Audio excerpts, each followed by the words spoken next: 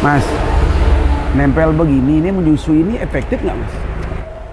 Tujuannya begini, ini kan ada bekas garis nih Pak De. Ya. Ya. Kalau untuk menghilangkan garis ini, kadang kan orang banyak treatment ya, banyak teknik ya. Tapi yang lebih bagus seperti ini. Nah, kita bicara saat ini nih, Mas. Ya. Dengan skimeng sebesar ini, ya. Nilai jual kalau sekarang itu berapa? Kalau bayang-bayang buat kita pohon.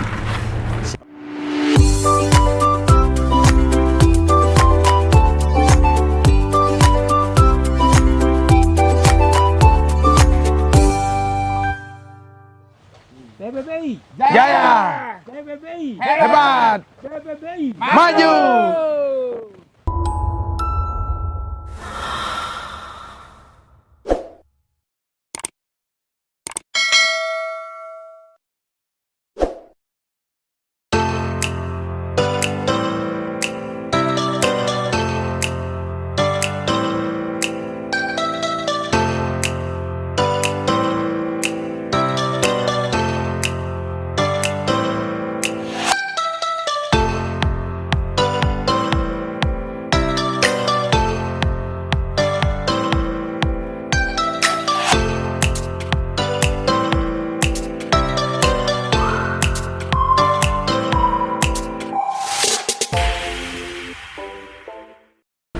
Mas, nempel begini, ini menyusui ini efektif nggak, Mas?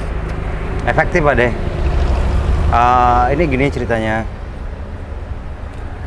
Kalau pertama kali waktu kita nempel kayak gini, ini di-los dulu. Harus di-los, jangan dipotong. Ah, terus? Kalau dipotong ya akibatnya ya seperti ini. Nah, ini gagal kemarin Pak De. Gagalnya gini, ini kan kemarin ada di tempat sana. Ya. Terus dipindah.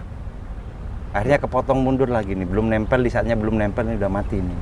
Ini udah mundur nih. Oh, gitu. Tapi yang kayak yang sukses-sukses ini ya ini. Oke, itu ya. Iya, ini kan udah nempel nih kayak ini nyatu. Hmm. Jadi kalau mau nempel susu kayak gini harus ada los-losan. Kalau nggak ada los-losan dia muntah, keluar dia tuh. Nggak mau nyatu. Oh, berarti harus udah ngelos depannya ya? Iya, Oh, risiko juga, Mas ya? resiko. Ya ini gagalnya ini satu ini kemarin. Waktu pas dipindah dari rumah. Karena sebelah dipotong, ini. berarti Iya, kalau kita buat nyusu ini di-los. harus ngelos Pak De, lebih cepat. Di sampingnya ditempel. Iya. Tapi di saat kapan dia motong? Ya nunggu ini nyatu dulu Pak De sini Pak De. Setelah nyatu baru dipotong. Baru dipotong Pak De. Oh, karena tantang ini kambiumnya nggak full sini ya? Iya, kalau nempel yang gini yang bagus ini kalau ketika ini narik ini Pak De. Jadi ndak nunggu lama. 2 bulan udah nyatu. Tapi banyak teman-teman potong dulu baru ditempel, itu gimana? Oh, lain tuh kalau sambung okulasi, sambung sisip itu ya memang harus kayak gitu. Oh, sambung sisip beda lagi. Cuman resikonya ini kan karena waktu saya jarang di sini, jadinya saya ndak sambung sisip. Ownernya ini kan ndak bisa yang perawatan Pak De. Iya, iya. Nah, sebenarnya ini aslinya, hibridnya. Iya aslinya. Berarti tinggal sambung sini. Udah sih benarnya itu Pak De. Udah ada nih Pak De. Ini. Udah ada ya? Udah. Oh, udah ada penggantinya. Tinggal motong pendek udah. Oh, tinggal potong pendek. Iya. Itu simpel kayak ini lebih cepat, Mas ya? Iya, Kalau turun, tempel. tempel. Kenapa nggak berusaha buat ori satu, Mas? Elegan ori, Mas. Apa Ipre. kelemahannya? Ipre. Nggak, elegan. Oh, elegan ori gini Pak De. Tingkat kesulitannya sih bagi saya juga tinggi. Lama juga prosesnya. Kalau untuk elegan tuh untuk tarian di cabang pertamanya yang agak lama. Nah, yang kedua untuk membuat body elegan tuh bagus tuh susah sekali. Ada, tapi susah ya? Ada tapi susah, langka tuh Pak De. Oh, gitu. Iya. Berarti penting juga proses elegan. Nah, ori. rawannya elegan itu gampang mundur, gampang melorot Pak De. Melorot maksudnya mati. Oh, Kering mati. gitu. Iya. Tingkat kesulitannya di situ di saat kita itu. Pernah saya coba juga dulu itu bodinya itu nggak mau berkembang kayak ipre Pak De. Sulit untuk mekarnya. Oh, iya. Berarti ipre itu yang paling bagus ya? Ipre yang memang paling bagus. Untuk karakter, untuk juga besarnya. Nah, untuk ininya lagi keistimewaannya ipre disambung elegan, di daunnya itu yang lebih rapat dari elegan aslinya. Oh, Dan dia juga bisa mengecil kayak gini. Kalau elegan ori nggak mau dia begini, tetap lebar.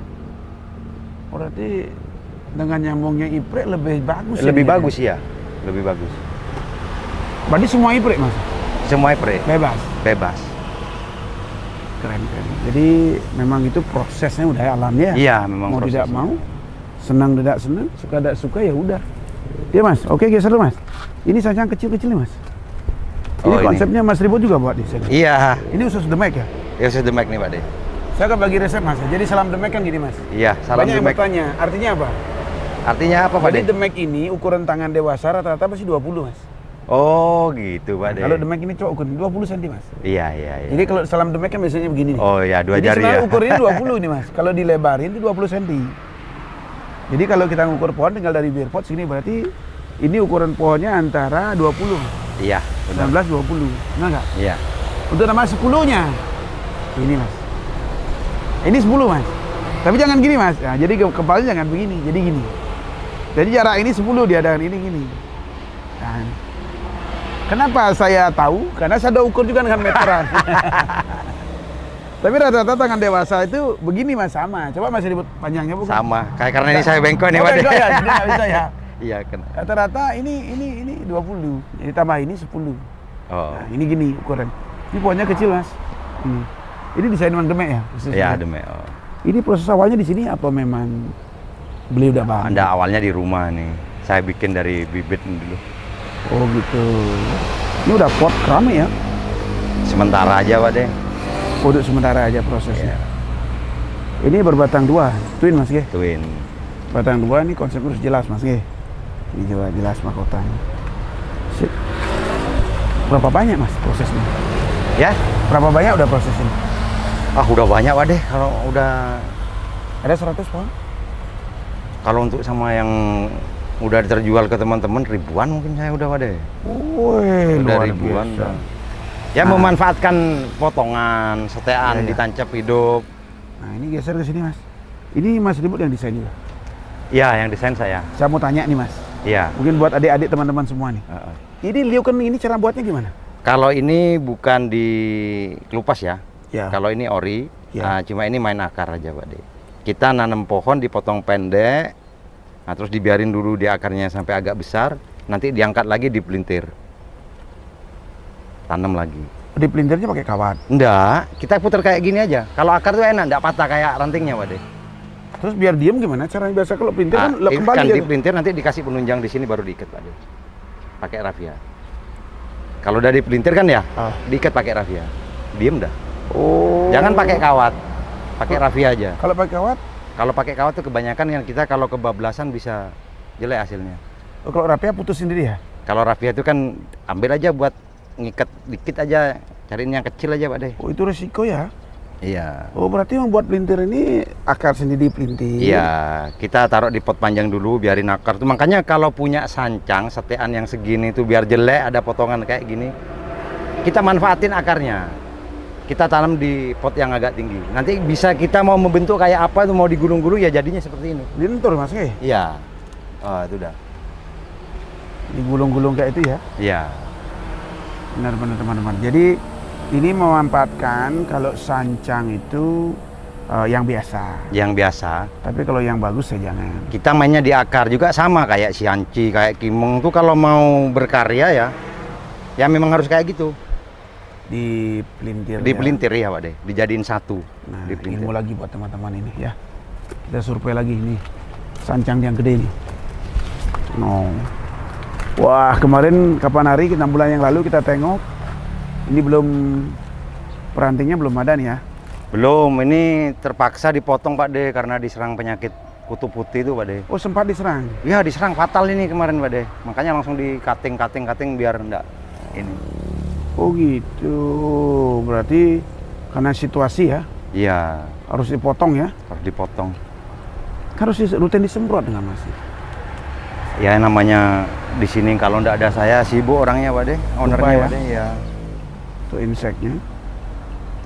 Tapi liukannya Ini mah- dah kendalanya bonsai kalau ketika kita itu perawatan rutinnya kita bablas ya jadinya ya begini gitu. Makanya harus Memang benar-benar harus disiplin Pak De. disiplin benar. Iya. Kalau Kalau bisa bonsai itu jangan sampai diserang penyakit, lebih baik antisipasi. Betul. Kalau sudah antisipasi sebenarnya gampang Wade. Kita itu dari takaran itu mengurangi, semuanya inseknya berapa ini cc kita ngurangi kalau sudah kita perawatan rutin. Oh gitu? Iya. Kalau pohon sehat nggak perlu kita insek pakai takaran dosis tinggi. Sekedar aja ya? Ya sekedar aja buat ini antisipasi. Mas, kalau pohon sebesar ini nilai jual berapa sekarang Mas? Kalau ini kita buka harga belinya Pak De ya? Ya. Belinya ini 50. Terus jualnya? Kalau ngejualnya ya nggak tahu ya berapa. Mungkin kalau dapat untung ya dijual ya. Oh gitu. Tapi kalau bosnya nggak mau lepas gimana? Ya mungkin bisa jadi Pak De. Kalau Oh, iya. enggak, ya kita kan harus ikut Pak De. Heeh. Ini sampai 150 enggak ya? Ya sebekisaran dah segitu dah. 150 ya? Iya 150. Atau 120? Ya Pak De kan tahu sendiri sancang yang begini nih kan. Sulit Pak De.